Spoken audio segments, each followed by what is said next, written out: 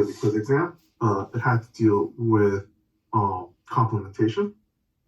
So on the quiz exam, you were just given this portion that was in black here. And how you would kind of figure this out, or kind of like the quick way to figure it out, is you would mirror everything across this W line over here. So he would mirror it. So the mirror of the, so if you mirror across this, this one would be mirrored onto here. This would stay in the center, but then it would be mirrored. The R here would be mirrored onto here. Then from here, this would be mirrored onto here. The R would be mirrored onto here, so on and so forth. And then when you ended up doing that, you ended up getting a specific pattern of white versus red. So for example, for number 1, you had white from when 1 and 1 are crossed, red when 1 and 2 are crossed, and then so on and so forth. So white, red, red, red, white, red.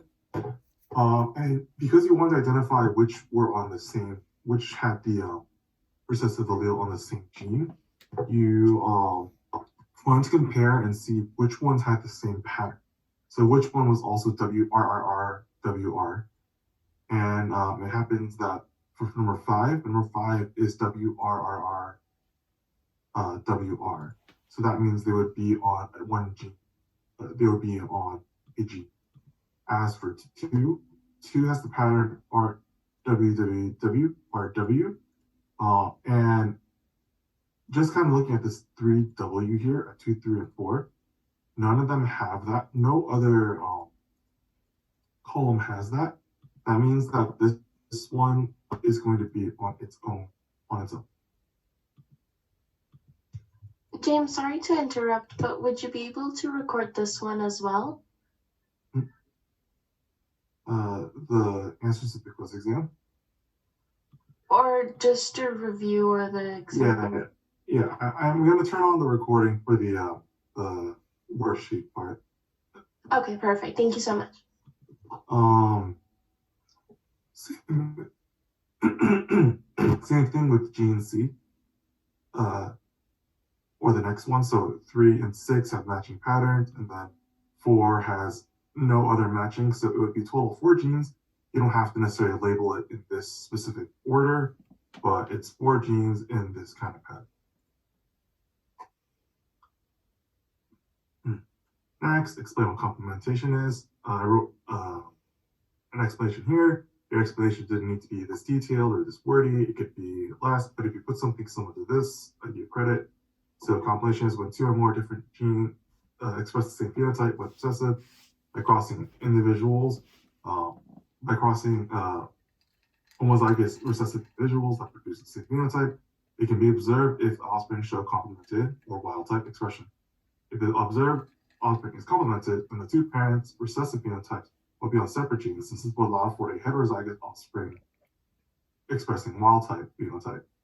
If they were not complemented, then the offspring would be homozygous recessive, so it would have received recessive allele of the same gene from each parent, indicating that the parent phenotypes were due to the same. So yeah, that's question 1.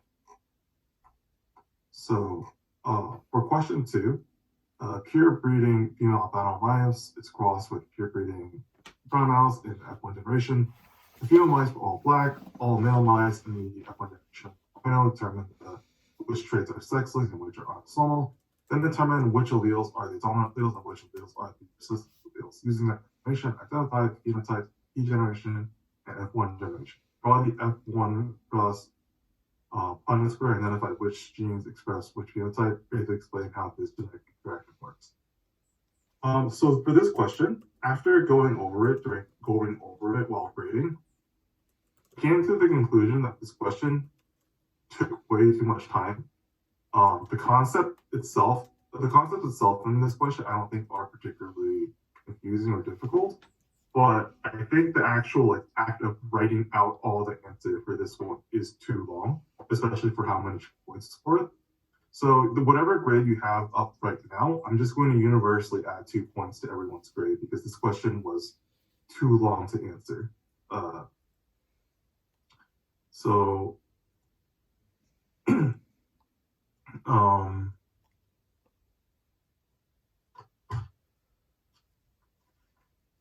so first things first, when it comes to answering this question, you need to identify which are autosomal and which trait is sex-linked.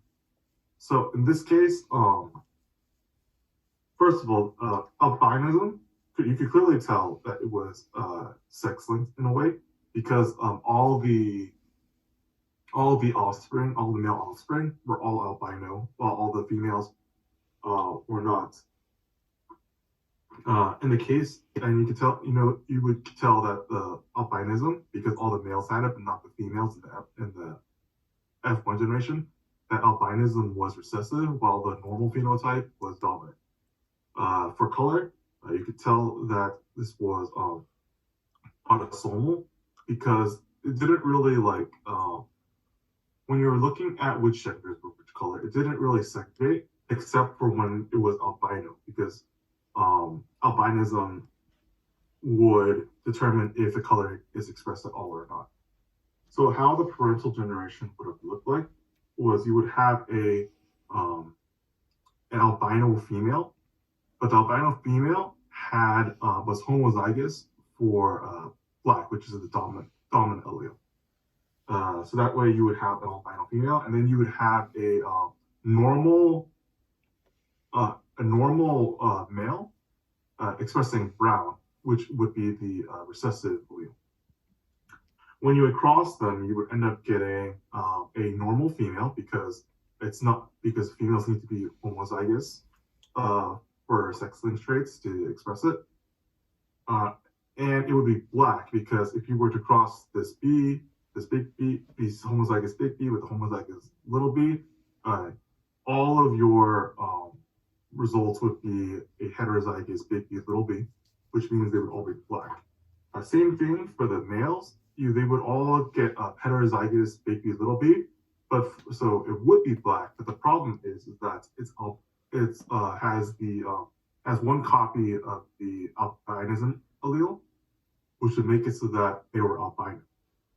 Now, typical Punnett square drawn here. Not really conceptually difficult to do Punnett square for this, but it took time, which is the big issue I had after going over the question again.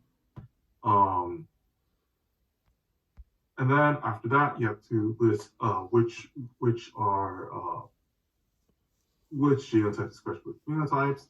So pretty much this is how it goes. If female has one copy of the normal sex-linked allele, then it mattered what was in the autosomal. If it had homozygous or albinism, then it didn't matter what was here at all. Similar thing in male, except for male, it's only determined by one of by the single X chromosome. And very much quick and dirty explanation for what's going on and the interactions going on is that the sex-linked gene is controlling or affecting the expression of another gene. Which you don't have to put that exact thing. You put something similar to that, that's fine. James, quick question. Yes? Are the grades for this quiz up?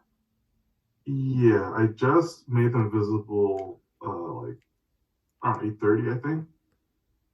Okay. But yeah, whatever grade you see up there, it's going to get 2 points added on to it because of, I think question 2 was too long. Okay, I don't see mine. Did I not make it visible? Yeah, mine isn't visible either. Let me take